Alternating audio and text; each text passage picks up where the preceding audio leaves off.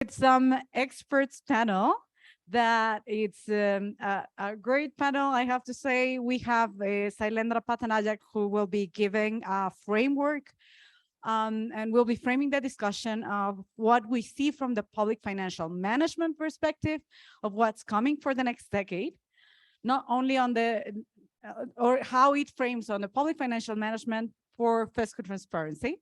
Then we have Mario Sanginés from the Inter-American Development Bank, who will be bringing this international financial institution perspective as well. From a regional perspective, he has been working with many countries in specific living there, and now moving to Colombia, so working with different countries on this. And of course, I don't think I have to introduce yet again Warren Krafchick. So the director of the International Budget Partnership. So this is going to be an interactive session. We expect you to participate, so get your phones ready. We're going to be using Slido to participate. And I am going to be keeping time for you all. And I will be letting you know how much time you have. So we're going to have a framing, and then we're going to be going through thematic conversations with the panelists, where we expect you to provide your inputs as well. So with not much more, I will give the floor to Sailendra, who will be framing the conversation. Thank you. Thank you, Lorena. Can you hear me all? Okay, good morning. So first of all, this is a topic which we cannot really provide clear answers, because the topic is how public financial management and fiscal transparency are going to evolve over the next decade. So in my presentation, first I will introduce you to a little bit, given the current context around the world, what are the key issues that are dominating the discourse on public financial management and also on fiscal transparency. And that those issues are also, those issues are in particular going to shape how the focus of PFM and fiscal transparency are going to evolve in the future. So I'll give a little bit of a context and maybe throw some ideas to on the table here. But my co-panelists, Warren and Mario, they'll also be adding to the, the framing discussion as well. So let me move the slides. Point that way, the other way. Okay. Yeah. So this is just a recap.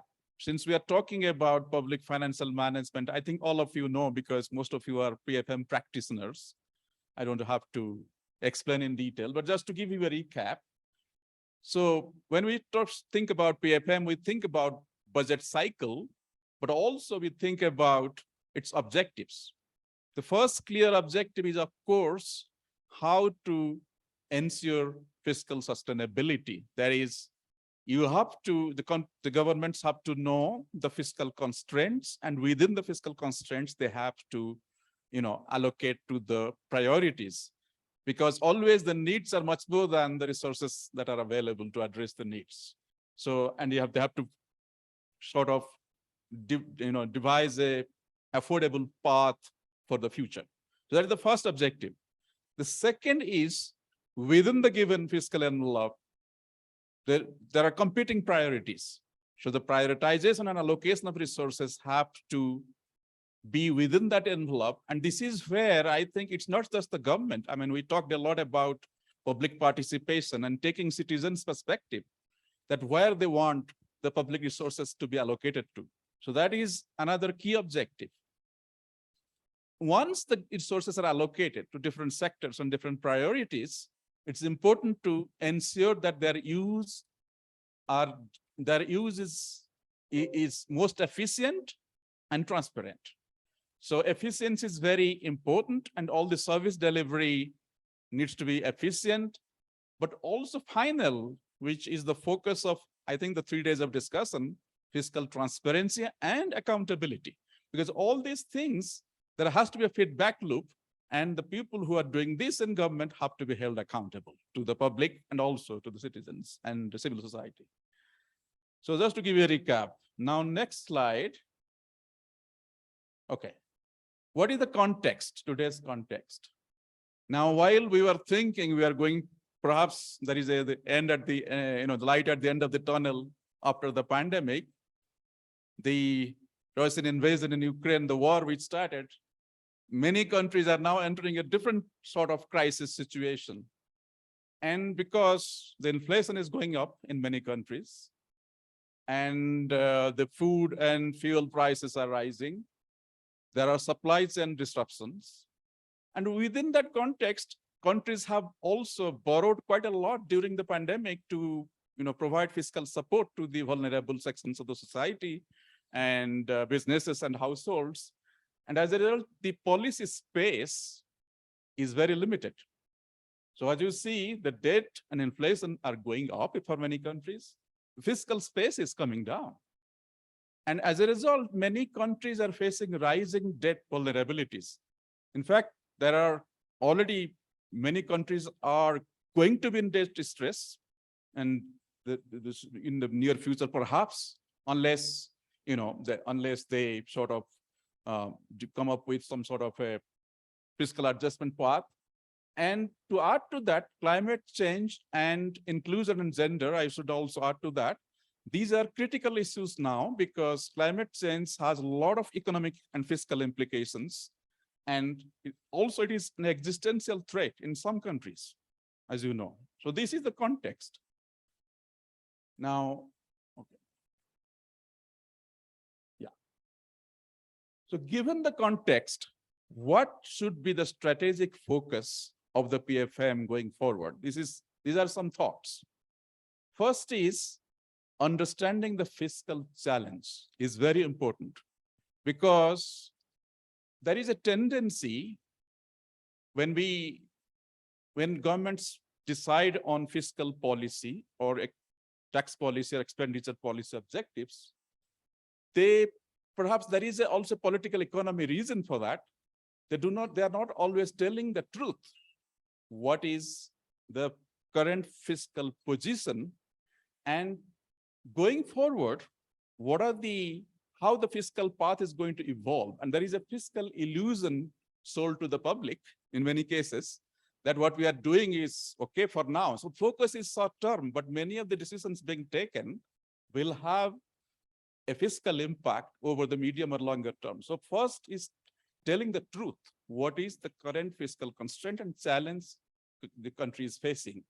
And lots of factors will come in there: demographic issues, liabilities which are not being disclosed, like pension liabilities.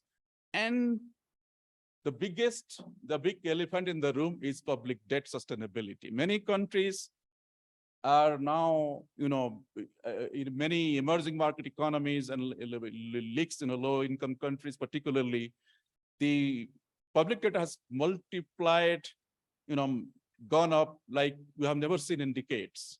And so that is a big issue, how to resolve that, how to come to a sustainable debt path for the future. Managing fiscal risks, the third area. Why I'm emphasizing on that? Because during the pandemic, this was an issue even before the pandemic, because governments many a times do not try to finance their policies,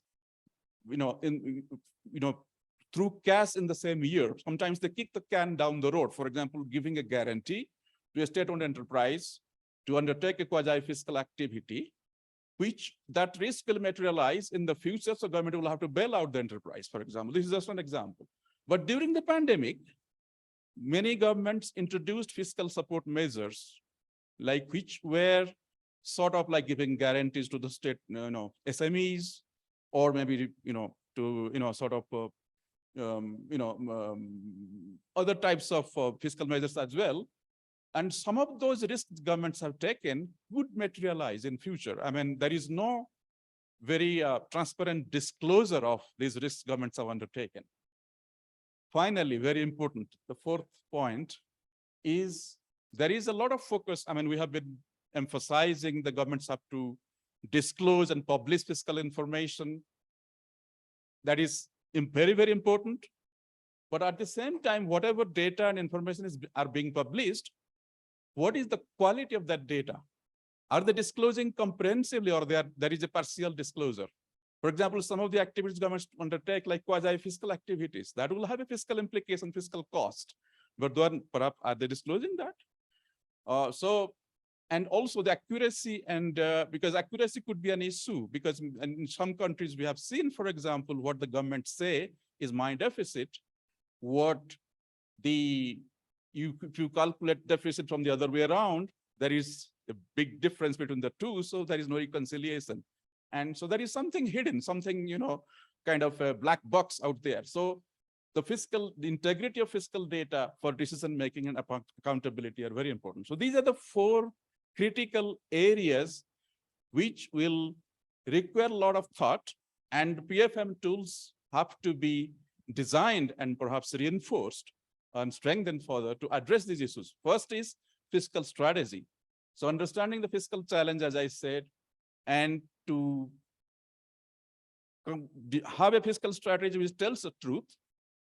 And then within that, if we have to increase allocations and spending in some sectors, for example, climate, gender, we have to reduce elsewhere because given a constrained fiscal envelope. So which would require maybe some sort of expenditure rationalization, maybe improving efficiency of certain programs, or maybe doing a spending review type of exercise to identify which sectors can be reduced and which sectors can be increased. So, and with all of that within the overall fiscal strategy. So that is going to be a key tool going forward. Second is debt management and transparency. Debt transparency is very important because there are instances countries are, as part of debt contracts, a lot of commitments countries are undertaking, some countries which are not being disclosed. For example, collaterals are being placed to the creditors, but those are not being disclosed because those are in the contracts. Sometimes future revenue streams are being placed. Like it's not uncommon to see in some countries, future oil revenues are placed against current debt, that they will do future oil revenue, part of it will be directly going paid to the creditor. Those clauses, contractual clauses, are many a times hidden because debt contracts are not published, particularly bilateral debt. So debt transparency has a long way to go to provide the full picture and truth about the debt countries owe to creditors. And there are a lot to be done on the creditor side. Creditors have to also be transparent about what are the conditions they're imposing on the debtors. So that is a big area. Last two is there are immediate needs. When countries, during the pandemic, it happened, and also it's continuing now. As countries are sort of liquidity, they have to come up with new instruments, how to manage cash actively. And in some countries where the financial markets are shallow, they don't have a lot of options. So they have to also develop the financial market and also come up with new innovative instruments to address that. And finally, agile fiscal response and building greater buffer in normal times. Because pandemic taught us a lesson, countries scrambled over what measures to take to address the crisis, to respond to the crisis. And now another type of crisis continues. So countries have to be agile, have to have contingency mechanisms, but those will work if they have built buffers over normal times. So these are some of the issues. I will stop here and I will maybe ask, over to you. Maybe my co-panelists add to the thoughts. Thank you. Thank you. Thank you, Sailendra, and thank you for taking to the time. And now comes the question, what are we missing? So I will give our panelists about 5 minutes tops to add anything, and then we'll go topic by topic. And what we have, well, you can see here public debt, but we're going to go topic by topic, and you'll also have a chance to contribute. So Mario, I see you already have the microphone, so please. Thank you, Lorena. Thank you, Juan Pablo, and thank you very much for the invitation. On behalf of the IDB, it's an honor and a privilege to be here with you today. I think the big question of where we're going in the future in terms of PFM requires that we also look back and see where we're coming from, right? And then we're going to understand perhaps where the potential is that we have ahead. At the IDB, we work with Latin America, and in Latin America, PFM reforms started in earnest in the late 80s, early 90s. And I can say that from that point on to today, there's been a significant progress in terms of transparency, in terms of making information available for the public, in terms of ensuring all the internal controls of the budget process are transparent and contained in IT platforms that you can consult that are in general accessible to the public in terms of the fiscal information and the budget execution. So I think we've come a long way in the last few years. We still have lots of challenges in making that stick. For example, we have to remember that PFM and PFM systems are a tool, and there's a user behind that tool. And it also depends on the willingness of the user and the political will to maintain transparent practices in fiscal policy.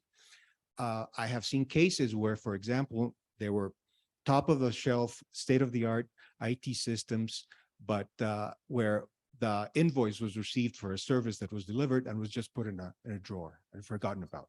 So we had no idea about the floating debt that was being accumulated, even though we had a wonderful system. So there's still challenges ahead to make the progress that we've advanced so far a stick and make it solid and institutionalized.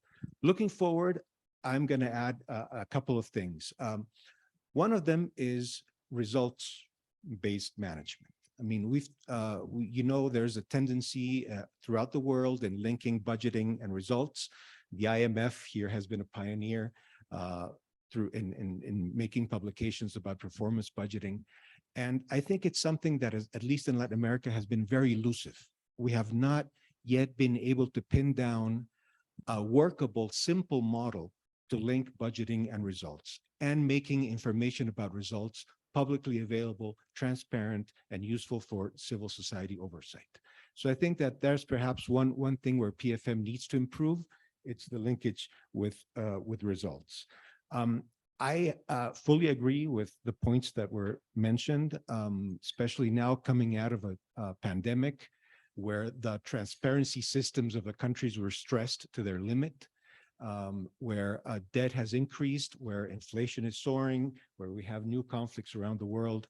So I think that we need to focus on the issues that were mentioned a minute ago. Don't forget the issue of the results and performance, and maybe we can make that an element of the agenda. And then I think as we move forward, we're going to talk about all the potential that the new technologies are bringing to the table in terms of opening new frontiers of transparency in PFM in the future. But I'm going to stop there because I think those issues are going to be coming up throughout the discussion, and I'm going to pass this on to Warren. Thank you very much, Mario. That's an excellent contribution. Please. Warren, all yours. Good, thanks, Mario. So I was going to start almost word for word with what Salendra said. The overwhelming impression that we have going forward is that we've just got one of the most serious fiscal squeezes upon us over the next 10 to 15 years, of course. As Salendra said, revenues are going down, debt's going up, expenditure needs are spiraling. There's no ways that we can get out of this, and we have to think very, very hard about how we make the best possible choices and trade-offs in this environment in a way that keep us very, very focused, both on effectiveness, efficiency, and on accountability and on equity. That's our choice going forward. So 4 points that I'll add to Salendra's presentation. To start off with around political economy. The first one is the challenge for civil society, and it comes a little bit back to a point that a question that Zuki had at the end of the last session. Civil society has to get a lot better about forming coalitions. We've got to think much more creatively around how we bring additional power to the budget table. And not just for the sake of winning arguments, but for the sake of making very important compromises. firstly, compromises amongst ourselves. And I think if you think about the role of civil society going forward over the next 10 to 15 years, I think we have an enormous opportunity. And the opportunity is to be servants or to serve the ends of movements around the world. Climate and the climate movements, gender movements. These are the big stakeholders going forward. Those of us who've had the privilege of understanding public financial management, of engaging in public financial management systems, we have an enormous contribution to make. Take climate, for example. The climate movement is incredibly powerful. It's been built up over 50 years. We have amazing cross-national and national organizations around the world. They know nothing about how to make their case at the public financial management table. They're not going to be able to play off-budget games anymore. Those are gone. Those days are gone. They have to enter the budget space.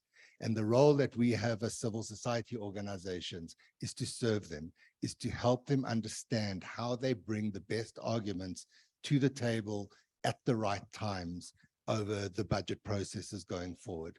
So I think for civil society, we have to focus on supporting and empowering those movements to come to the table collectively, to crowd them in so that we can make the best possible compromises and arguments and get the best wins. Secondly, still thinking about political economy and maybe focusing a little bit more on donors. My concern with accountability in public financial management is that we are still far too focused on the executive branch.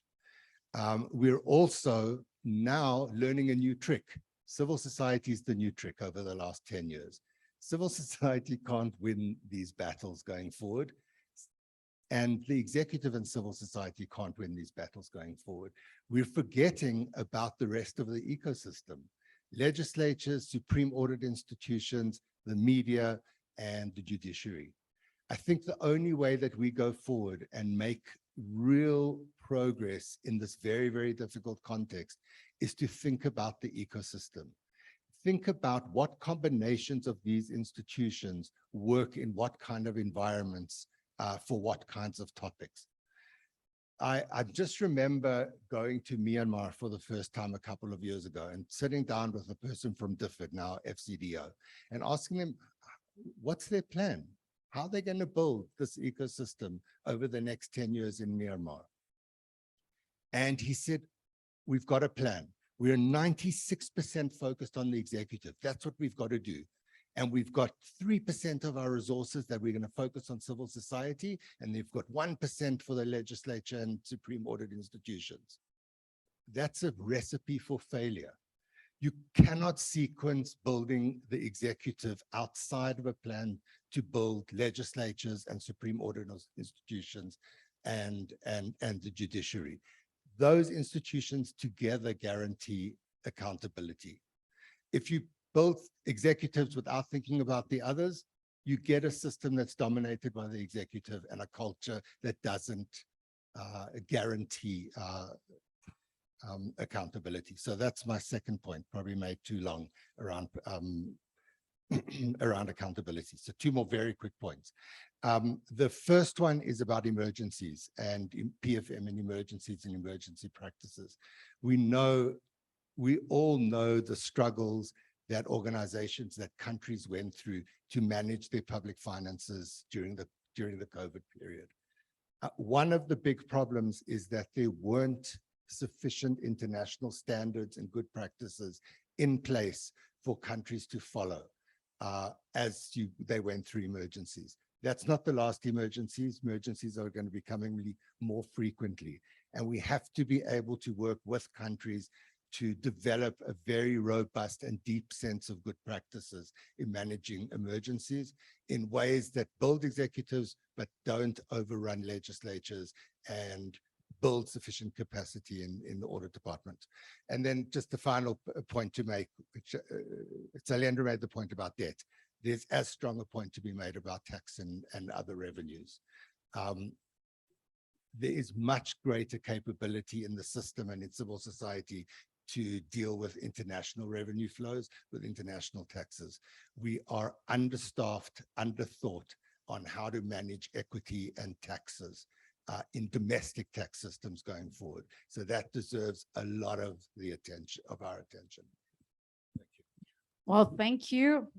That was very interesting interventions. So I got some inputs from Mario on the IT systems where technology is living, and of course the focus on results. And for Warren, we have your very important strong points. Or will you pass? Oh, okay.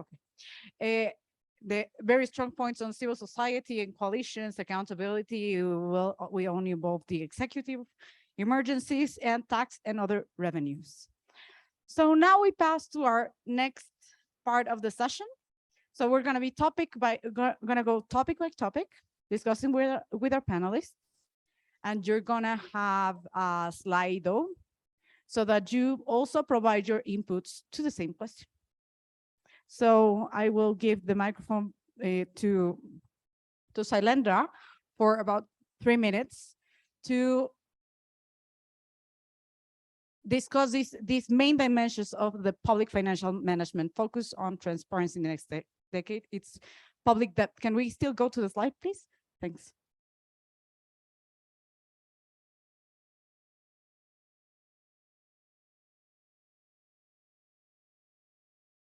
No, it's gonna do slide.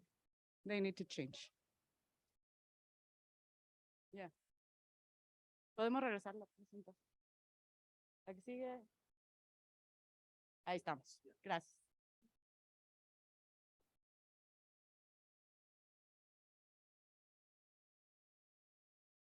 Okay, so as three of us emphasized, debt transparency is very important given that the debt burdens of countries are increasing. And to go towards debt sustainability, several countries will have to go for different types of measures. You know, first of all, I think they have to look at the composition of debt. I mean, there are new, innovative approaches are coming to go for raise debt in the market. For example, we have, the ESG bonds, green bonds, etc. New instruments are coming, and also the mix of, the short-term debt, longer-term debt, and so that is going to be an important dimension of, working towards a debt sustainable path. And as part of that, I think as the countries look at restructuring their debt portfolio, it's going to be hard because the low interest rate regime is over. Monetary policy and financing conditions are being tightened. So therefore, the second point is some of the debts which are hidden in special clauses, as I was mentioning in the contracts, some of them might materialize because countries are unable to pay to the creditors. So that is something requires much more transparency in assessing what is the total debt the country owes to the creditors. Finally, debt restructuring. So since several countries might not be able to pay what they owe, so they have to restructure the debt in consultation with the creditors, both multilateral creditors and bilateral ones. And this is where I think there has to be a coherent and a collaborative framework amongst the creditors, because if there is there is a sort of, every creditor would like to minimize the loss, the haircut, what we say, but I think that is going to add to the complexity of the problem. So therefore, there has to be a collaborative dialogue amongst the creditors to come up with a good path toward debt restructuring for countries which owe a lot of debt. So I will stop there. Well, thank you. That was less than 3 minutes. So I will ask our person from the TEI si nos pasa el slide, por favor. And I will ask at the same time that Mario, Warren, if you have further reflections, and I will give you 3 minutes each, if you want to use it, of course, to reflect on what are the biggest challenges that you foresee related to debt transparency. No, I think the points were made very clearly. We are coming out of a pandemic with very, very high levels of debt. Access to private markets is basically shut off for most emerging economies. Development banks and bilateral creditors are struggling to kind of fill that gap, and I don't think they're going to be able to do that in the near term. So on the one hand, yes, a restructuring might be on the horizon for many countries, but there's a silver lining behind this. And that is that this is forcing the countries to kind of internalize the hard budget constraint, to say that, listen, right now it's the time to make the real adjustments in our fiscal policy that will enable us to move forward with very limited access to private capital markets. No, so I think that that is having some effect in the countries as kind of a, as I said, a silver lining. So maybe that's we're going to be able to have some more discussions about fiscal rules, about fiscal responsibility laws that have debt as an anchor in many countries. So I think that maybe that's going to be kind of a positive that's going to come out of all of this. Well, you're very positive about the future. I'm glad to hear that. Warren, would you like to add something on this? Okay, so for you here on the floor and the people in Zoom, please check out this slido.com and or use the QR code and provide your inputs of what are the biggest challenges you foresee related to debt transparency. I see fiscal secrecy policies in law and those holders of short-term debt. I want to ask still if someone from Zoom or here would like to add something as well from your point of view. I know that countries are struggling with this debt issue, so maybe someone from here would like to contribute something else. Hands? No debt in your countries? Wow, that's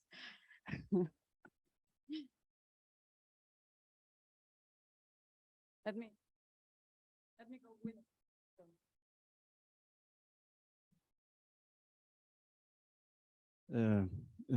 I have a question or a point regarding the strategy. In this presentation, you talked about, you said a strategy to have a buffer, a great buffer during normal times, and then we have a point on this. There's a political challenge in this point. Of course, in normal times, politicians want to spend more, maybe to provide a more quality of life in the society. And thinking about re-election, we have a trade-off in this point. Politicians would like to spend more to improve quality of life and to be re-elected in the next election, of course. And in this sense, what can be done to guarantee this anti-cycle policy? So in normal times, the countries can spend less to have this buffer, and in this period of challenge as the pandemic period, as we are facing now, we can use this buffer to keep the economical aspects as well.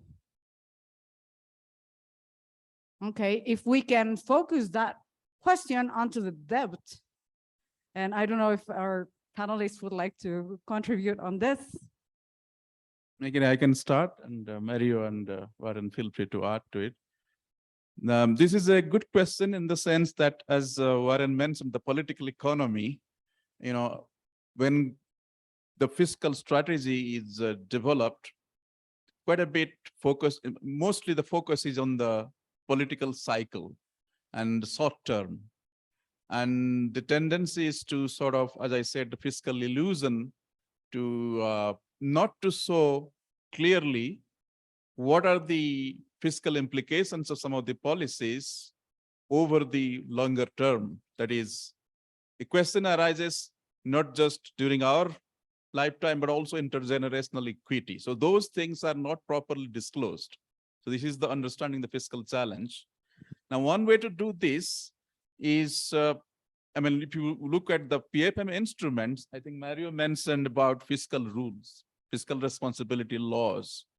So if there is a legal requirement that there has to be a disclosure of fiscal implications or fiscal impact of the policies over a longer period, over the longer term, and taking that as the fiscal objective that is set, within that to work out the medium-term fiscal strategy anchored to something like how much debt we want to we can sustain. So some kind of a fiscal anchor. So that is kind of fiscal rule could sort of constrain basically the different political cycles if it is coded in law. But it is easier said than done. Many of these fiscal rules also have to be flexible, because if they're set in stone in emergency times, like Warren mentioned, there has to be escape clauses, because you might not be able to stick to the fiscal deficits you have put in the fiscal rules. So there are such escape clauses, but those escape clauses should be very clear in the sense that under what circumstances you can deviate from the fiscal rules. And there should be provision to come back to the sustainable path. And this is where the buffer comes in. There will be economic cycles. So if you are spending more during, emergency phase, maybe when good times come, so you basically build up the buffer to come back to the sustainable path. So this should be as part of the fiscal rule design, but then the implementation of the rule also is critical. This is where I think some of the accountability institutions do matter, as Warren is emphasizing accountability, and you also, Mario, emphasized. So this is where I think fiscal council, some countries come up with, because they also do play oversight role, like the Supreme Audit institutions who go more in the downstream. At the upstream phase of setting fiscal strategy and fiscal policy, they evaluate the fiscal forecast to tell the truth, basically, whether the data is being manipulated to, for example, to understate the deficit, to understate the future fiscal, position, or to overstate basically your, assets or asset position or your net worth, for example.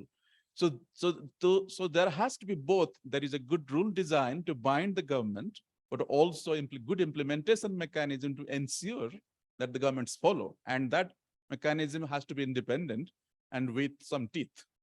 So I will stop there, but if Warren or Mario, you want to add anything?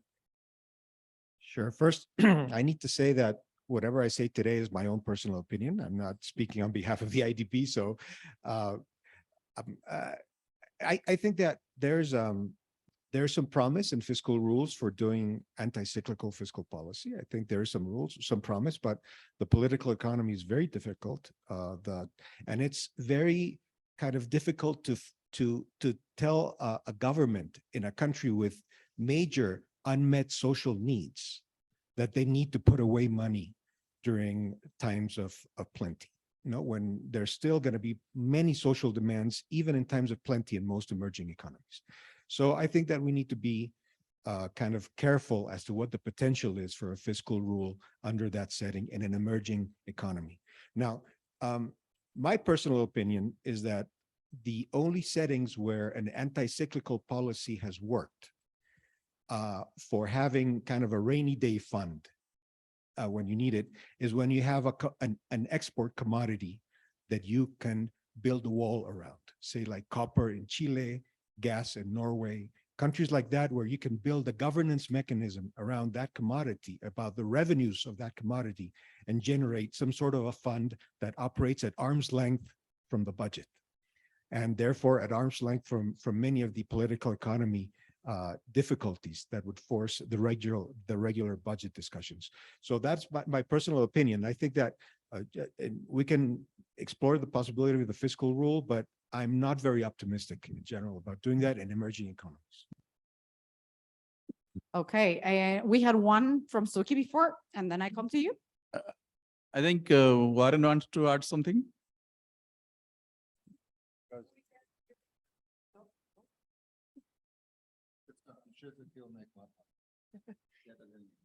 No, no, I just thought from an advocacy perspective, you know, in terms of the big challenges relating to debt transparency, I'd say, perhaps again, coming back to this ecosystem question, it is that there is an interest, or there is a benefit in opacity or closed offness, you know, particularly in populist contexts.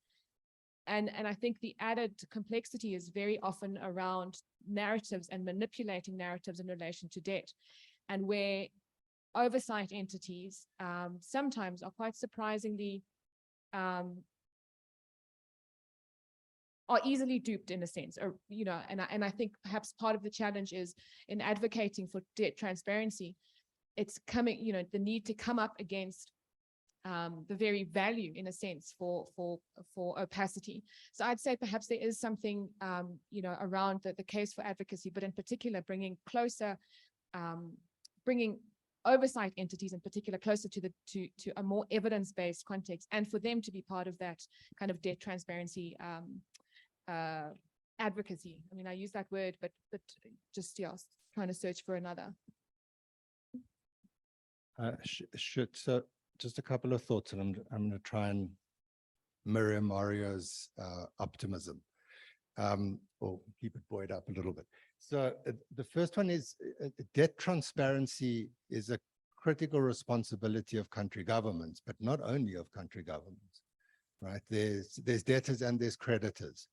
And I think one idea is to start thinking about a multi-stakeholder model that will put in place both debt transparency as well as monitor debt transparencies against a set of international standards.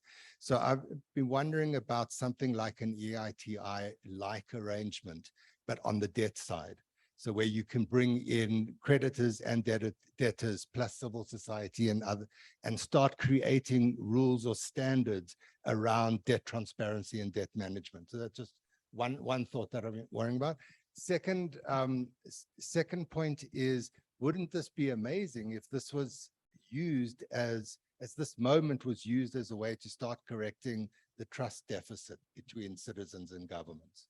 And one way to start thinking about that is that budget negotiations between governments and citizens are usually of an incremental on a year-on-year basis.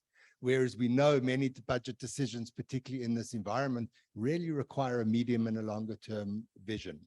And so I wonder if this isn't an amazing moment to start practices of governments thinking much more about medium-term budget planning and fiscal policy planning together with their civil societies, rather than drawing civil society in when there's an immediate budget crunch to make. So that's maybe an opportunity. Doing a terrible job at keeping time, but it's very interesting. So I'm just going to keep one more on the debt because it's a very big topic, and then we move on to the next one. Gracias, voy a hablar en español. Hablo más rápido en español.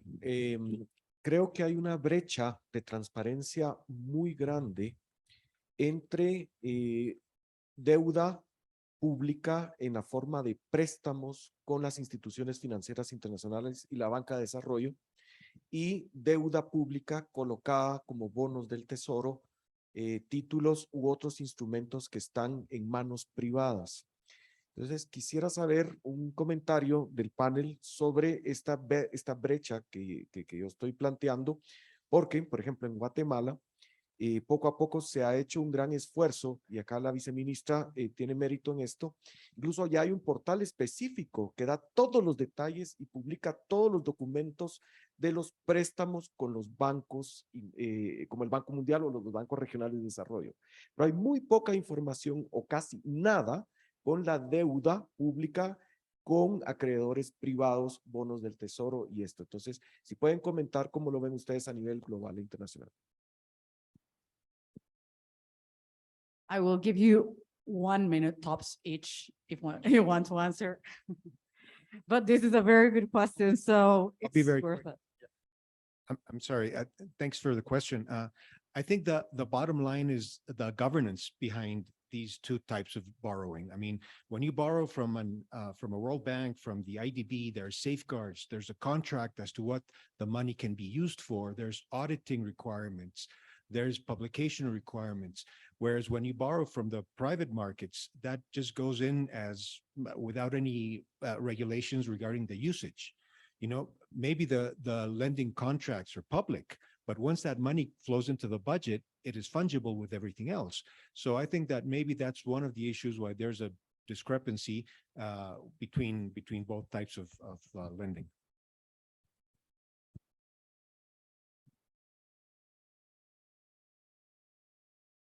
You want to say something?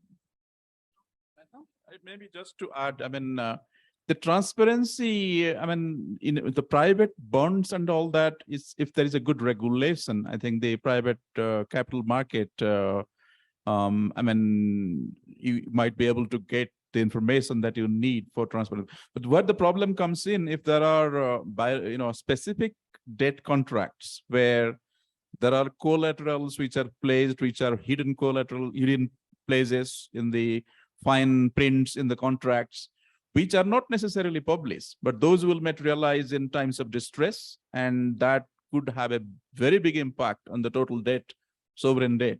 I mean, there are examples, I mean, like Sri Lanka, for example, this is debt which was assessed before, and now it is much more than, because some of the debt were not really recognized before. So that is, so those are the bigger issues. Warren, we're good. Okay, we're passing. Podemos pasar de regreso a la presentación. If you still have ideas of adding to this slide or to this poll, other ideas that you have of the challenges. But let's move to the next. Okay, let's move to the next one. Okay. So a next dimension. Now let's discuss fiscal transparency for the next decade in the dimension of fiscal support measures. So I will ask again our framing, our person in charge of framing, Sailendra, please. You have 3 minutes. Okay, so I'll be very brief. Maybe my co-panelists will say more on this. I think inequality and inclusion continues to be a big issue. And during emergency, this gets aggravated. I mean, during pandemic, you saw that it affected more the vulnerable sections of the society than the affluent sections of the society. And many of the initiatives we are discussing, including people's participation, public participation in government, budget decision making, etc., can be facilitated only if there is inclusion of different sections of society, particularly the vulnerable and marginalized sections of society who do not have access. For example, the financial sector, many of them don't have access. And when governments, this came as an issue during the pandemic when governments wanted to provide, the cash transfers to the vulnerable sections of society. Many of them didn't have bank accounts, for example, right? So financial inclusion is an issue.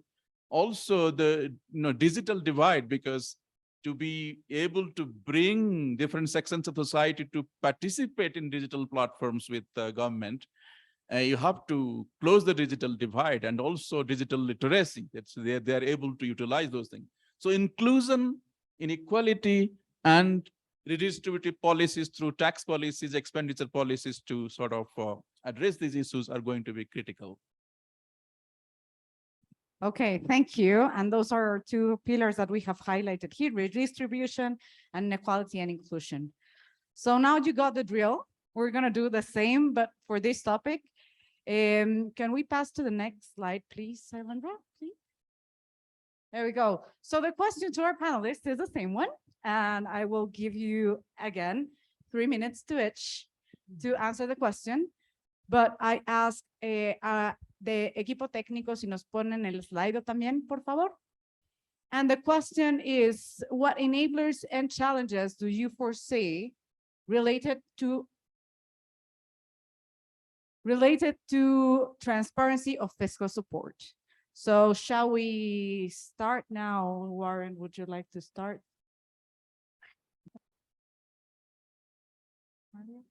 He's leaving the first spot for you. Okay. Last time. Okay, I think this is an important part of the discussion. We need to understand that there are very significantly vulnerable segments of the population that need to be part of the overall policy package. And we need to understand that they have special needs and how to do it. We happen to be in a country today, Colombia, that has one of the best systems in Latin America for doing direct transfers or conditional cash transfers to families. It has one of the best beneficiary registries in the region. So I think that if any one of us wants to learn more about this, I think this is the place to come. I think there's a lot to learn. But other than the management of conditional cash transfers and support of this kind, I also want to mention something that I think is in the agenda for the future that has to do with the taxation side. Countries are struggling to increase revenue, especially after the fiscal constraints that we've been talking about recently. The quickest money earner for the government is the VAT. It's the fastest thing you can do. Just increase the rate, that's it. But the VAT is regressive, and it has a big impact on the vulnerable populations. So now we need to move to a system where that effect of the revenue of the VAT is alleviated on the poor segments. That is where this idea of the IVA-P comes in, the personalized VAT.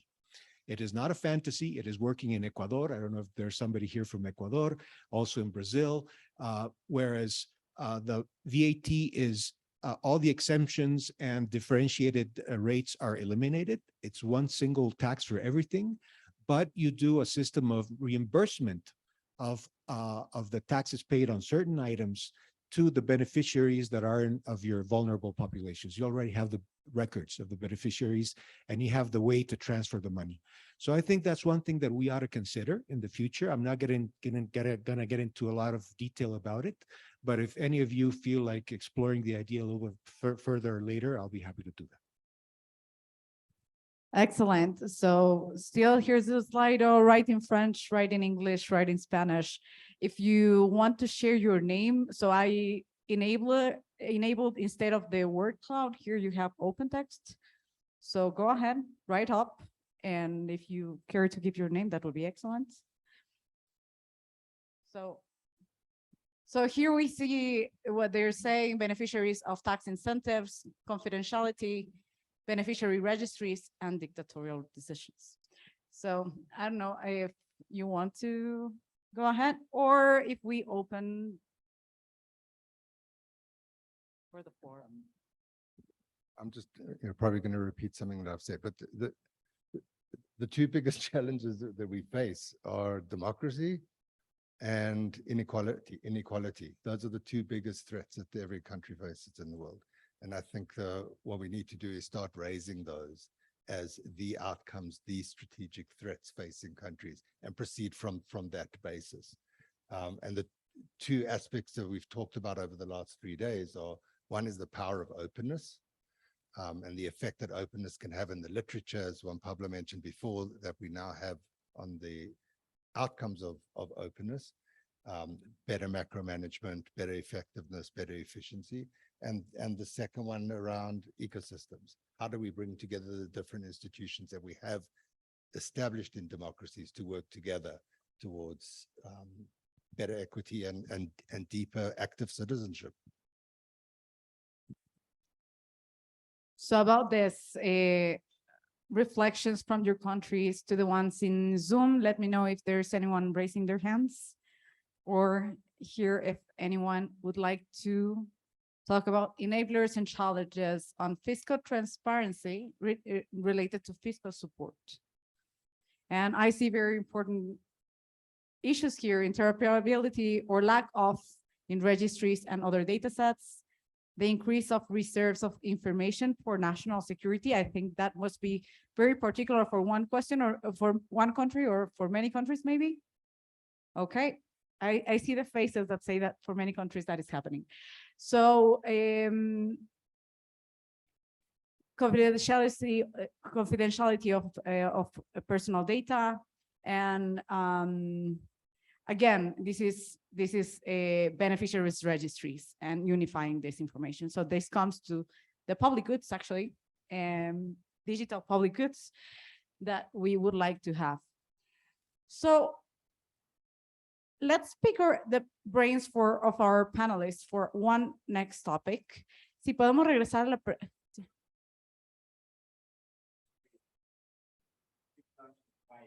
yeah. So Juan Pablo wants to do a reflection. Good.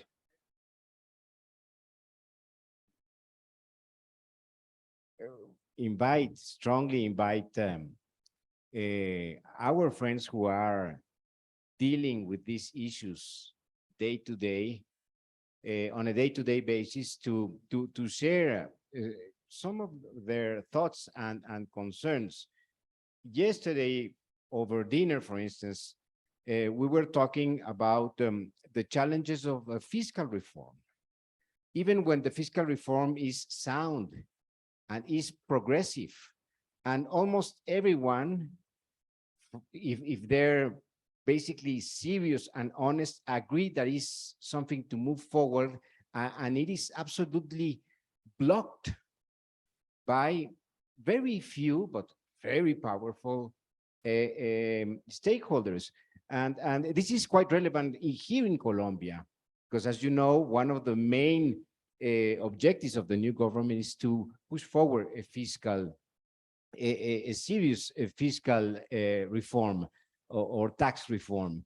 So I go back to the word has been mentioned, but not enough, to the role of PFM in trust between in the trust that citizens have in the governments. I believe that it's absolutely key, and there, of course, is the challenge of a PFM system that is not only efficient, but that provides more opportunities and that is inclusive. And there we go again to the fiscal or the tax reform challenge. So all this has been said. What I would like our colleagues from Brazil, La República Dominicana, Argentina, Uruguay, Guatemala, Indonesia, Benin, y los colombianos are too busy today, so it seems, with the transition. But anyway, to share, for instance, Jose, if you had the magic wand for your the fiscal reform that we were talking about yesterday, we were talking about the futures. You're not going to do it tomorrow, but what should be done, or in Brazil, so next government is in a better position to push forward such an important agenda? Muchas gracias. Creo que el reto que vivimos diariamente, tanto en las cuestiones de transparencia como en las cuestiones de la reforma presupuestaria, es encontrar interlocutores desde el Ministerio de Hacienda que asuman lo que está pasando, tanto internamente en el gobierno, las áreas que gastan se tienen que comprometer con la reforma, como lo que decíamos también externamente en la sociedad civil. Nos falta interlocutores que se preparen, que entiendan los temas y que se comprometan con los temas, ¿sí? Porque la reforma tributaria y presupuestaria es un desafío en el que todos estamos de acuerdo, pero en el que nadie quiere ceder, internamente en los gobiernos y también externamente, ¿no? Así que yo digo, encontrar interlocutores que se comprometan, tanto conociendo un poco más los temas, como sabiendo que algo van a tener que ceder en lo que viene, ¿no? Me parece que ese es el reto. A ver, vamos con José. Gracias, Juan Pablo. Perdón. Miren, uno ha venido desde muchos años transitando desde la vida, la lucha partidaria, política, en el Congreso, salir del Congreso, meterse en los programas con organismos internacionales, entrar en las luchas sociales, ¿no? Y luego llegar al poder, donde tenemos que tomar medidas que combatíamos desde la oposición, constituye realmente un camino que nos obliga a mirar al futuro en función de multisectorial, y donde los organismos multilaterales, internacionales, tienen un rol protagónico, porque no hemos pasado 60 años, por ejemplo, en República Dominicana creciendo por encima del 5%, teniendo financiamiento permanente de los organismos, y cuando llegamos nosotros, el año pasado tuvimos que sacar a 1.400.000 dominicanos que no tenían agua potable. Entonces, el financiamiento de las infraestructuras, cuál es la corresponsabilidad de los organismos internacionales de eficientizar ese financiamiento, esos ingresos. Entonces, por otro lado, bregar hoy en día, como muy bien se planteaba, la deuda, la inflación, metas fiscales que son imposibles hoy en día de cumplir, pero tenemos las exigencias por parte de los organismos, si no la calificadora de riesgo nos bajan, entonces ya tenemos problemas para acceso. Entonces hay un gran reto de entender este mundo tan cambiante que tenemos y estas dificultades enormes de proyectar el futuro. No hay posibilidad hoy en día de tener certidumbre de nuestras planificaciones. Nosotros planificamos este año tener un déficit de 3% del PIB, pero con todo el problema del incremento de la inflación, de los commodities, de la guerra, hemos tenido que ir en auxilio a través de subsidio directo a la población, ¿no? Y eso nos incrementa el déficit por encima de la meta que nos habíamos fijado. Entonces, el reto para mí y para nosotros es entender un poco también de qué está compuesto nuestros países, principalmente de Latinoamérica, ese ser humano que tiene unos mapas y unas identidades que tienen que ser transformadas para mirar hacia adelante. Nosotros hablamos mucho de participación, proyectamos, utilizamos herramientas, pero la gente no está, la gente no participa, la gente no está consciente de sus derechos, porque por más de 60 años fue vaciada de su interioridad a través de un mecanismo diferente de concepción social. Es decir, para mí hay un problema grave de reto en Latinoamérica, principalmente en los próximos años, y es de construir un nuevo mapa de no abandono, de más integridad, de más participación, de conciencia de mí como persona, de mis derechos, para poder tener conciencia social.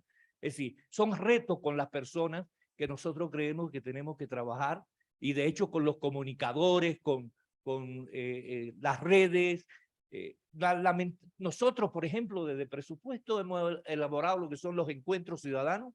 La próxima semana tenemos un encuentro de capacitación a periodistas que nos comunican y nos dicen las cosas falseadas y nos crean una mentalidad falseada. Entonces es un reto muy grande de trabajo con el ser humano. Muchas gracias.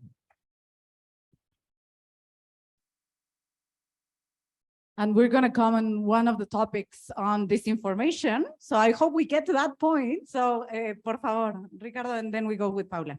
Gracias. Please try to be concise so that we cover all the topics.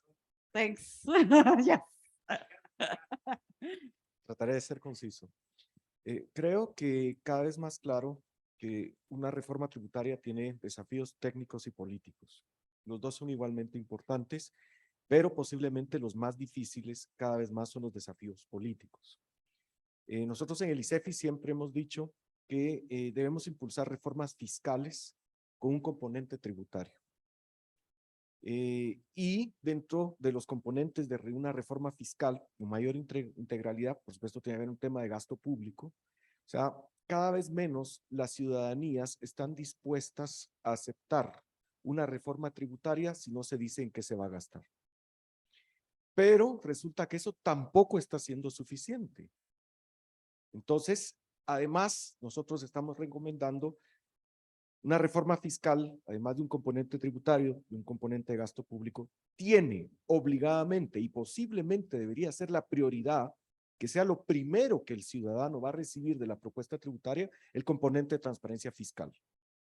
Es decir, las reformas tributarias, pensemos, ¿quiénes se oponen a la reforma tributaria? Ciertos sectores empresariales que no quieren pagar, posiblemente por razones ideológicas, el impuesto sobre la renta, y esto aquí nunca les vamos a convencer.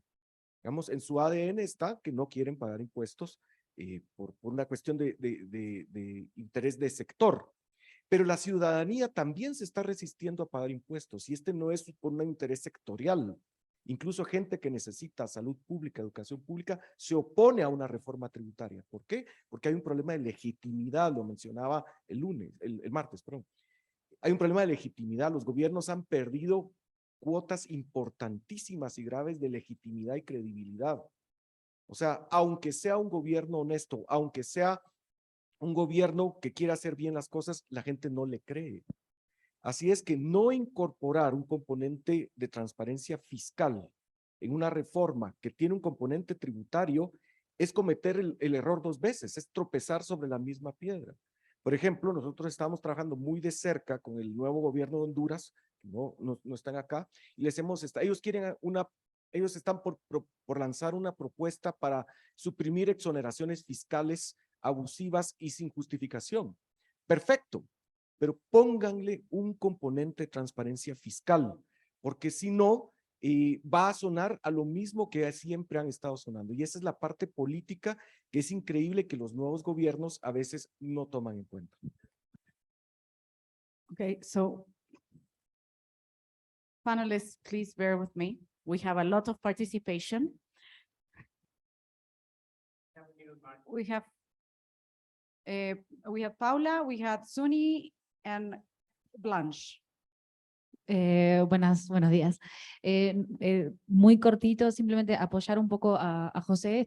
Me parece que es sumamente necesario tener una sociedad civil organizada que demande información, que sea fuerte en ese sentido, y que además también desde los organismos del Estado se les pueda contestar, ¿no? Darle respuesta. En esto de las capacitaciones y hacer saber, digamos, los derechos que tienen y qué utilidad tiene esa información también para su vida cotidiana, es importante generar esas instancias y trabajar en esas acciones. Y una cosita más respecto a lo que mencionaba el representante del BID sobre el IVA personalizado, es un reto importante también para Uruguay. A partir del 1 de agosto empezó a trabajar en el IVA personalizado, más de 200.000 familias van a percibir ese beneficio a través de las transferencias que se hacen del Ministerio de Desarrollo Social. Así que eso es un gran reto y bueno, estamos muy nuevitos en eso. El 1 de agosto comenzamos con ese tributo, digamos, esa reforma tributaria que bueno, esperemos que sea beneficiosa para esas personas. Bueno, nada más, gracias. Merci bien. Je voudrais juste partager que face au défi du renforcement de la transparence budgétaire, nous devons compter aussi avec le contrôle et l'audit. Si je prends la gestion des urgences, il y a le défi de ne pas respecter nécessairement les procédures en matière de passation de marchés publics. Et le cas échéant, les contrats, surtout partenariats publics-privés, devraient être publiés pour permettre à la société civile de faire le suivi alternatif. Mais dans les pays, surtout de l'Afrique de l'Ouest que je connais, ce n'est pas toujours le cas.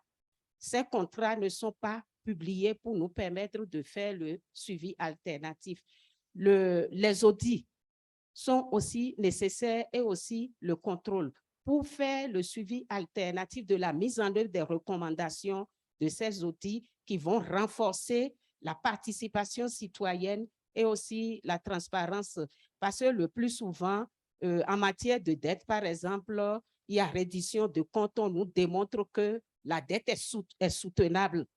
Mais la destination des fonds mobilisés, c'est ça qui importe aux populations. Parce que le but ultime de la transparence budgétaire, c'est l'amélioration des conditions de vie des populations. Ces fonds mobilisés ont servi à quoi? Souvent, c'est un blackout. Lorsqu'il y a des évidences sociales, ça augmente la citoyenneté des populations, surtout en matière de fiscalité.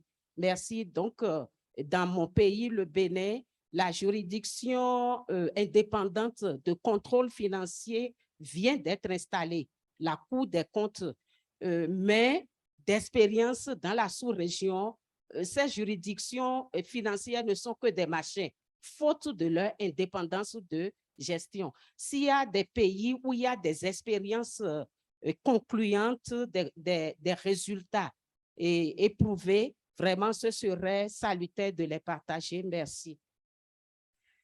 Thank you, merci beaucoup.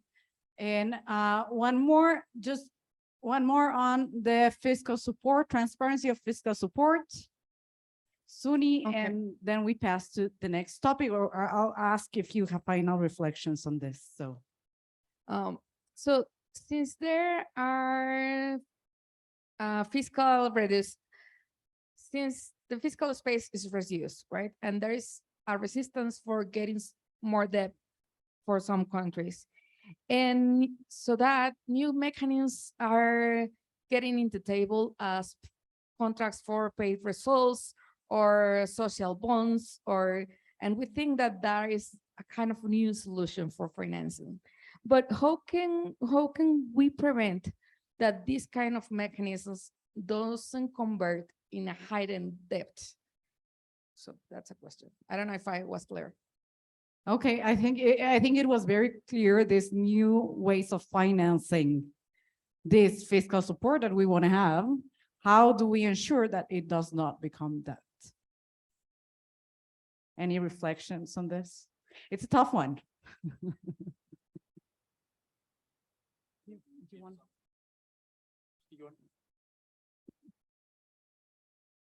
Yeah, I mean, this also, thanks for this question. And also this question, I'll take this question also relates a little bit to the Benin question about public-private partnership, because public-private partnerships is a kind of financing because the budget cannot finance a project. So you are seeking a private partner who will provide the financing. So they are kind of a little bit interrelated. There are different innovative mechanisms when the governments do not have sufficient money to finance maybe a program or a capital project through budget funding. And this goes into the very heart of, being clear about what the governments are underwriting, because as part of those contracts, right? And there are a number of cases in public-private partnerships. There are fine prints, there are guarantees given for minimum revenue guarantees for the private partner, or there may be clauses in which the government assumes certain risks which will have fiscal impact, because a private partner will always try to minimize risks for that farm. Always they will try to put more and more risks on the government side so that they're relatively safe. This is where I think the governments have to have very strong institutions to analyze those types of contracts. And the new financing mechanisms, the new types of bonds and all those things, they are very fancy, but you have to look at how they're designed and what are the triggers in those contracts which will trigger some, maybe some budgetary, support to those private partners, or maybe we'll have some drain on public resources if certain triggers materialize that you have to repay to the creditor, for example. So the transparency of those clauses are very important. And then it should be backed by regulation, There has to be clear regulations, what types of risks governments should take and what types of risks governments should never take. So that is very important. And just a final point to mention, I think while government works on this and the civil society works on this, it all comes back to the important point, the trust deficit, which Warren mentioned, telling the truth to the public. I mean, in these difficult times, there has to be some hard decisions to be taken. And some of these hard decisions will impact some segments of the population, maybe affluent sections of the population who might have to sacrifice certain things to provide fiscal space for certain important priority expenditure measures for the vulnerable sections of society. And this is where civil society and the government have to work together to take these hard decisions and get the buy-in of the entire citizenry, because there will always be vested interest groups to derail the reforms. And this is where I think perhaps the civil society as a whole, as together, can play perhaps a more proactive role to understand the fiscal challenge. What are the trade-offs involved? What are the hard decisions that need to be taken to address the key priorities on inequality, gender, climate, etc., to provide money for that so that we reduce elsewhere? And these are very, very hard decisions. So all have to, be involved in this exercise, not just the government, civil society, but also you have to manage the vested interest groups who will be always there to derail the reforms. So that's my thought, just to, but I don't know whether. Do you want to have some further reflections, Warren? Mario already said he's good. He's good. You want to do any final reflections on this topic? No, we're going to move to another topic. We're going to move to technology topic. But no, I just want to say something before we move to technology. That is, many of the things that you said here are not yet here. So please write them down so that we can have an agenda for GIFT for the next decade. So you have said some very, very important issues. And yes, we see the beneficiaries there, but there are so many more things that you've said. So please, while we move forward to the presentation on the next topic, that will be leveraging technology, then please continue writing, y le pido por favor si nos puede regresar a la presentación. Gracias. They're changing. There we go. So all yours. Sailendra, you have 3 minutes to frame leveraging technology. Thank you. I'll be very, because we are, I think, we are under a little bit time constraint. So basically, I'll be brief, try to be brief. So the technology provides both opportunities and risks. I mean, let me first focus on the opportunities. I mean, it can improve a lot the efficiency. Like some of the processes, manual processes can be automated. I mean, financial management information system, which Mario is an expert on that, and IADB is doing quite a bit of work on this. So some of the workflow processes can be automated, and it will improve tremendously the efficiency. And some of the processes can be optimized. For example, if you move to a digital environment, perhaps you don't need lots of the layers which you have to have in a manual environment for governance reasons. So process optimization will happen. So that will bring, sort of efficiency gains. But there are also the other side, flip side of it. That is, there are also risks one has to be aware about. First of all, the cyber risks. I mean, I was told that, it was Costa Rica, right? It had some sort of attack in recently, cyber attack. And it's not just the Costa Rica. I mean, many countries are experiencing these kinds of risks. So if you are moving critical data to a digital environment, you are held hostage to these types of attacks, and this could completely sort of, paralyze your functioning. So you have to think about what could be the, what we call if such attacks happen, what are your response measures in those situations? You have to think about those, be ready for those attacks. And also at the same time to strengthen the cybersecurity mechanisms. There is also someone also mentioned about privacy, because a lot of data when that moves to digital, and the privacy becomes an issue, and there will be, and those should be actually protected under law. So legal framework becomes very important, because to make the government accountable and the management of fiscal information in a way that privacy is protected. And then finally, innovation. And there are lots of new innovation technologies that are coming up, which opens up new frontiers for many of the analysis, which perhaps in manual environment is very cumbersome, very complex to do, like predictive analytics, like we are talking about predicting the fiscal path for the future. I mean, you can use innovative tools, to do that, and then it will facilitate your work, decision making and analysis. So these are some of the opportunities and which we can leverage through technology, but also we have to be aware about risks and challenges to manage them properly. So I'll stop there. Yeah. And now you got the drill again, and you know how, so we can't talk about the future without talking about technology, right? So we can discuss fiscal transparency without this.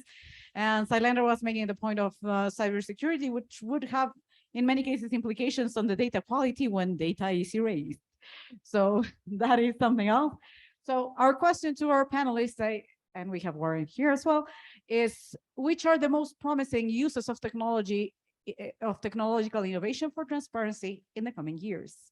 So, again, le pido por favor, si mientras escuchamos a Mario y a Warren, pueden empezar a llenar el slide y nos pueden ir dando ideas en el slide y pasamos a participación. Please. And Wanna go? Thanks, Lorena. I'm going to take advantage of this space to make a little publicitory announcement. We have this book that just came out at the IDB. It's called Financial Management Information Systems, a Project Guide.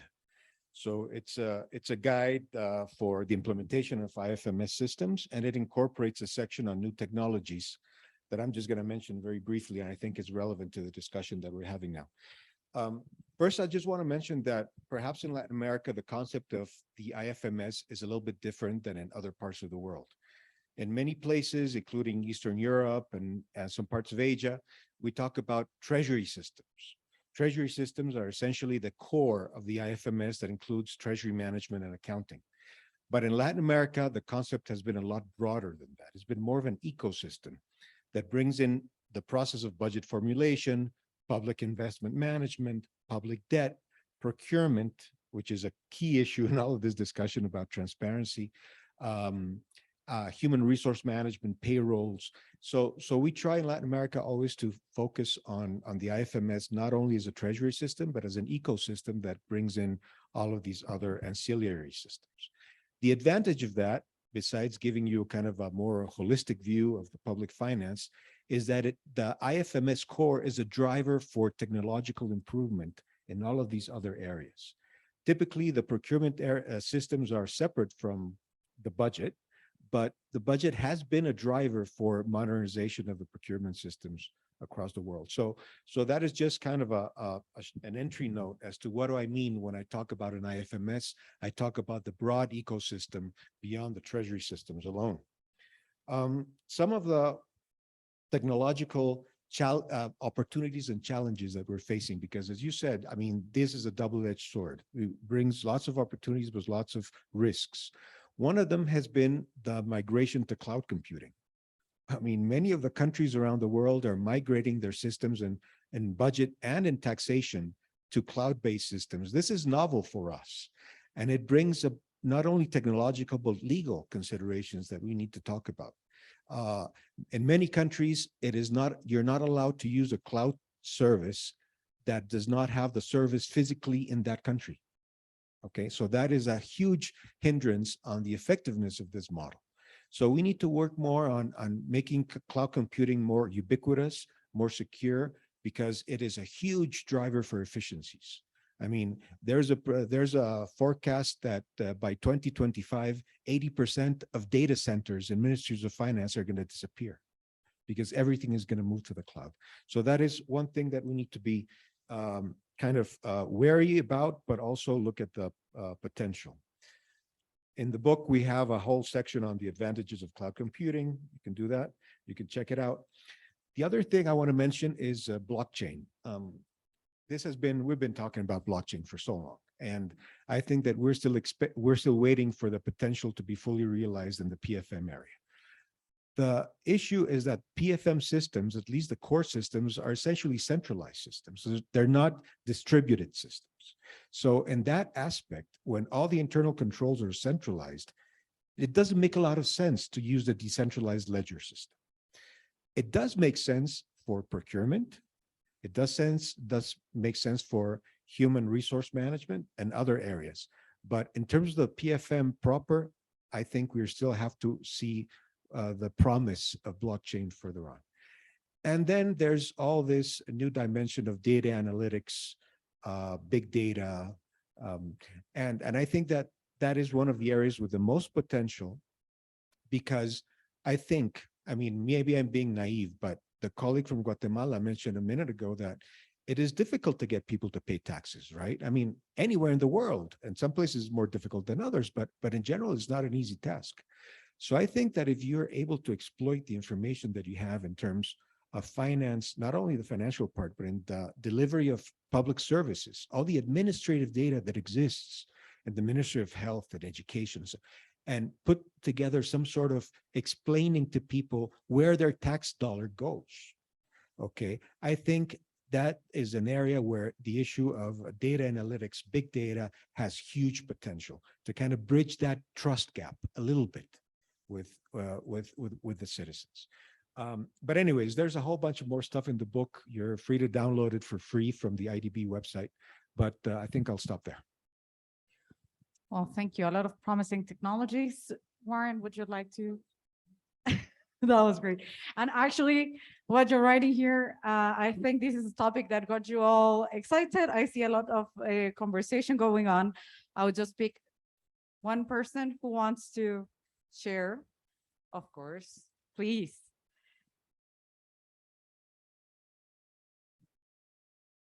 Bueno, es un tema muy desafiante para todos los que trabajamos en tecnología de este tipo de sistemas. Y creo que el futuro tiene que ver con la posibilidad de darle a este tipo de sistemas la agilidad para responder ante los desafíos que nos propone la política pública.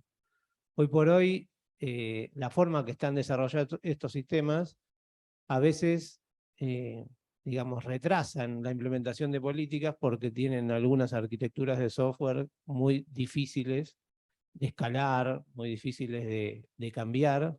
Entonces, de alguna manera, y con la irrupción de la cantidad de tecnologías que hay y la evolución de las tecnologías, es indispensable pensar en un conjunto de aplicaciones que brinden servicios y que permitan agilizar las decisiones, optimizar la gestión, interoperar entre los distintos sistemas. Hay un montón de datos diseminados en las administraciones públicas y afuera, en forma de datos abiertos, que no están siendo debidamente utilizados e integrados. Esa es la realidad. Nosotros lo vemos internamente en nuestros sistemas.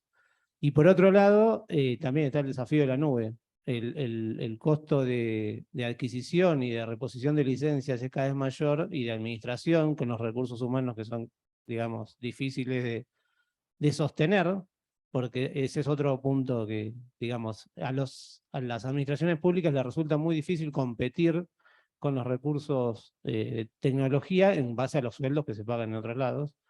Entonces, si no podemos ir a la nube y tener este tipo de servicios ágiles, estamos como en un, digamos, en un problema parecido al problema fiscal y de deuda que contaba Salendra, pero en otro tipo de situación, pero es como que es un abrazo de oso. El abrazo de oso. How many of you here present are from IT department or close to the IT department? Fair enough, fair enough. Just give us one reflection. What is the most promising use of technology that you see?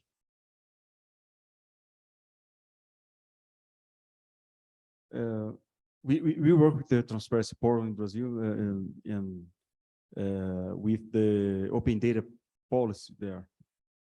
So one challenge is just to have all this data that is published analyze it and to have this analysis working or helping the governments to improve their policies. And even the society, we have a lot of data publicized. We have a large issues, and sometimes technology needs to be more applied to the society, best understand what is happening regarding the fiscal data that has been publicized. So I think we need to improve more massive data analysis in this sense, together to the society to improve this understanding of what is happening in this amount of data that is publicized by the government. I think what you say is something that I see very much reflected here. A lot of comments about the integration of data and use of data for decision making, and integrating not only government data, but also civil society and other sources of data for better decision making. So I think it aligns very well to what the other participants are saying. So for the sake of time, and I know you want to go for lunch as well, let's pass to the other very important topic, because we cannot discuss the future. ¿Podemos regresar a la presentación, por favor? We cannot discuss the future of fiscal transparency and public financial management if we unfortunately do not discuss, no, before. No. Well, that too, but climate change. Climate change is going to squeeze public finances even more. So I will leave again Sailendra to frame this. We will go faster on this. You got how this works. So.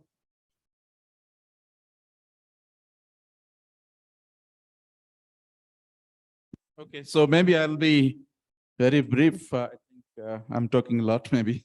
So I think we have to look at three aspects to address climate change. First is on the revenue side, because I think the revenue policies have a big role to play. For example, to reduce, carbon fuels and fossil fuel use, and for example, carbon taxes, etc. And the second aspect is financing. I mean, many of the countries which are going to be affected greatly by climate change, several island states, small island states, they would not have financing to even, take adaptation measures to go for investment needs for adaptation. So there is a big need for climate financing. And this is where I think there is an international effort going on to, sort of establish a climate fund sort of thing, which can finance some of these projects. But I think the criteria to access those types of finances are still quite, quite stringent, and also perhaps not fully understood by the the beneficiaries. So I think that bit of work needs to be done in that area as climate financing as well. The third is budget. I think budget has to make explicit, sort of provisions for climate, but since it's a cross-cutting priority, you have to look at different sectors. I mean, as Lorena was presenting the other day, the priority budgeting. So you have to, tagging is one aspect, but also you have to think about how to look at the results. And someone, I think in this session mentioned, I think Mario, you mentioned linking budgeting to results. So you have to come up with clear indicators, metrics, how to measure the goals that you have set for achieving on climate in the climate area. So and that should be linked to all the tagging, all the budgeting, structures you are developing, so that you actually achieve those goals. So I will stop there. Maybe other co-panelists want to add. Well, we're short of time. I just underscore two things that Sailendra said. One is we need to go beyond tagging. We need to be thinking about outcomes and thinking about how we manage public finances towards those outcomes.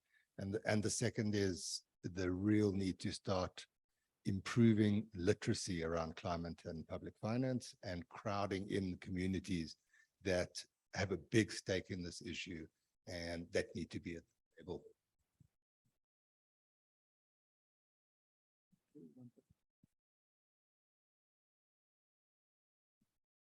No, I think I'm just going to agree. I mean, we're still actually learning the ropes of tagging. I mean, we're not fully there yet. And there are even a bunch of competing models and methodologies for climate tagging. I think we all, as a development organizations, we should kind of put our heads together and give kind of uniform advice to the countries as to how to do at least the climate tagging part of the budget.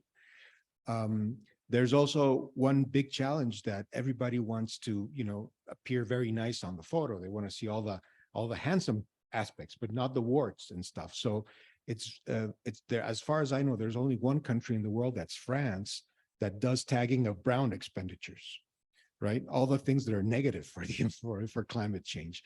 So I think that ought to be kind of a major driver of our initiatives in this area to make sure that the whole picture comes abroad. And regarding taxes, I mean, you said it clearly, there's a lot of space there for generating the proper incentives for transformation of the energy consumption of the country. But I think that the biggest challenge right now is in kind of making sure we have the information before we can make policy decisions on them. Well, so this is one very important topic that I would not like you to miss on our Slido. We are a bit time constrained, but you have the Slido. Please here, how can fiscal transparency to support our global and national climate goals? And we have been discussing here on this topic. I will leave this one up for the sake of time. Or Juan Pablo, do we still have time? I think we're like way overrun. Okay, we should be closing. Okay, so please come to because this is part of how we define the agenda for the next decade. So climate change is going to be there, whether we see it or not. So we just have 2 more slides. I think we're not going to go in depth to the next question, but we will leave the slide on also because it's a topic that we more or less like to get your reflections. ¿Podemos ir a la presentación, por favor? Okay, so this one was on, if we go to next into. So the final dimension that we had here, it came up in many cases in your comments because of journalism, and that is something that if I can give you the microphone, if you want to discuss about this topic, that is disinformation, which is a very hard one. So the question here, and for everyone on the Slido, we will also give you an open Slido for this. What can governments, oversight institutions, civil society, and IFIs can do to cope and counteract the spread of fake news? Because that affects fiscal transparency. So our panelists, do you want to have a reflection on disinformation? It's a very tough one. Okay, so we're going to crowdsource this one. So this one is very important for you to participate, because we do not have the right response just yet. So please share. Yeah.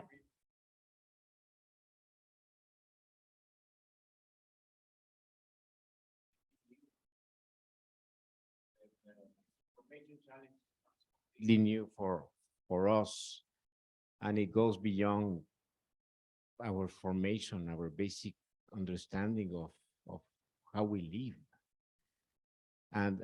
But anyway, when I used to be an information commissioner, ministries of the government would be very angry about leaks and about the manipulation that information that journalists or enemies, political enemies, would do about fragments of the information that was disclosed and how it was presented in a way that was basically undermining, for instance, a goodwill government effort.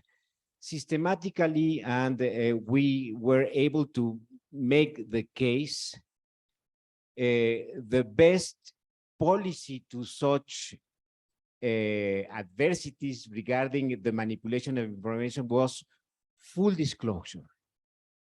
Make it all open. And you will always, and of course, explain how to manage that information. You will always have someone who will, at the end of the day, tell the truth. You. Okay, so we had the dissemination of good practices and success cases.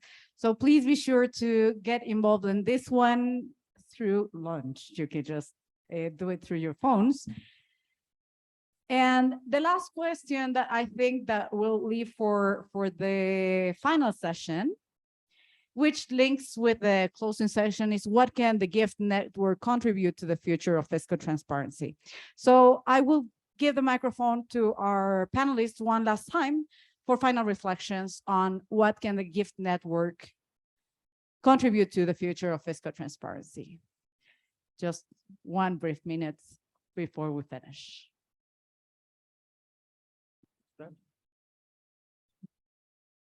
No, I would like to hear more from the stewards, but I think as we discussed today in this session, there are quite important issues where the stakeholder, I mean, basically the different, in the GIFT, the beauty of GIFT is that we have representation from government and civil society and other stakeholders. In fact, even some of the oversight institutions like Intosai and others are part of the GIFT network. And as we discussed, I think all these stakeholders have to play a role together to, improve fiscal transparency and or to address some of the gaps which we all see and which some of the potential gaps which might arise in the future, given the context. So I think it will be very, very important some exchange of experience amongst the stewards. This is through examples. I mean, some of the examples which we cited today on political economy challenges, technical challenges. I think all these are very, very helpful within the community of GIFT so that others can learn from that. But also, I think advocacy role will be also important. That as a network, I mean, many of the GIFT stewards can play an advocacy role, taking back this message to their respective jurisdictions and sensitize different stakeholders within the jurisdictions to move this agenda forward. So that will be my main message. Thank you. Thank you. Okay, no, yes, I would also like to hear from some of the stewards. Unfortunately, this is the only session that I've been to in the whole week, so there's not a lot that I can say in terms of the possible contributions of GIFT. But I think that just keeping this agenda alive, just keeping the people involved, keeping country presence through the stewards, bringing people from the International Budget Partnership, for all these colleagues that are all working on basically the same agenda. So I think that's the best contribution we can expect. But like you, I would like to hear perhaps some of the expectations from the people in the audience. Thanks. I'll try a bit of a different answer, because I think in thinking forward, we also need to make space to be self-critical. And GIFT was formed in the 2010-2011 period, which was almost a halcyon days of good government. There were fantastic presidents involved in a number of different countries. We were on the ascendancy, and fiscal openness and open government was the vision that we all collectively presented. Over the last 10 years, we've lost a lot of ground, and the broad environment that we face is one of a democratic deficit, trust deficit, as we said in many times, and one where inequality has grown tremendously. And I think we need to ask ourselves, what does the vision of fiscal openness mean in this environment? And is it a sufficient answer in this environment?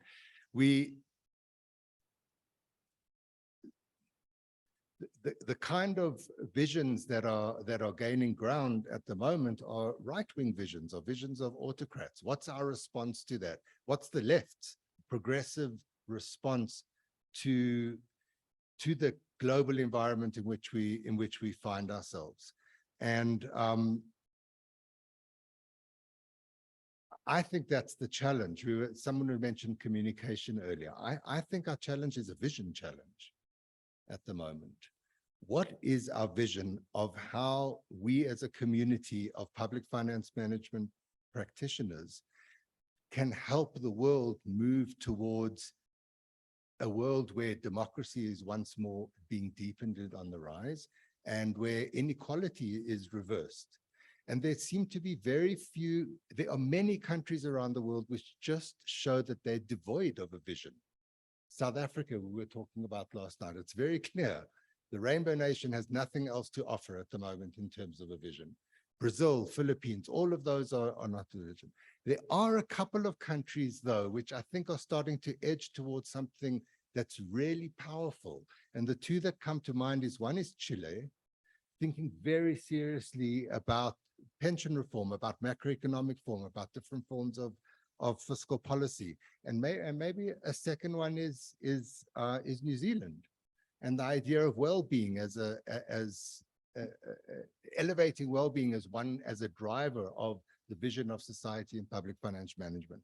So I just think that somewhere in the next several months, as we're having these discussions, let's think about whether fiscal openness is the vision, or whether it's fiscal openness for something broader.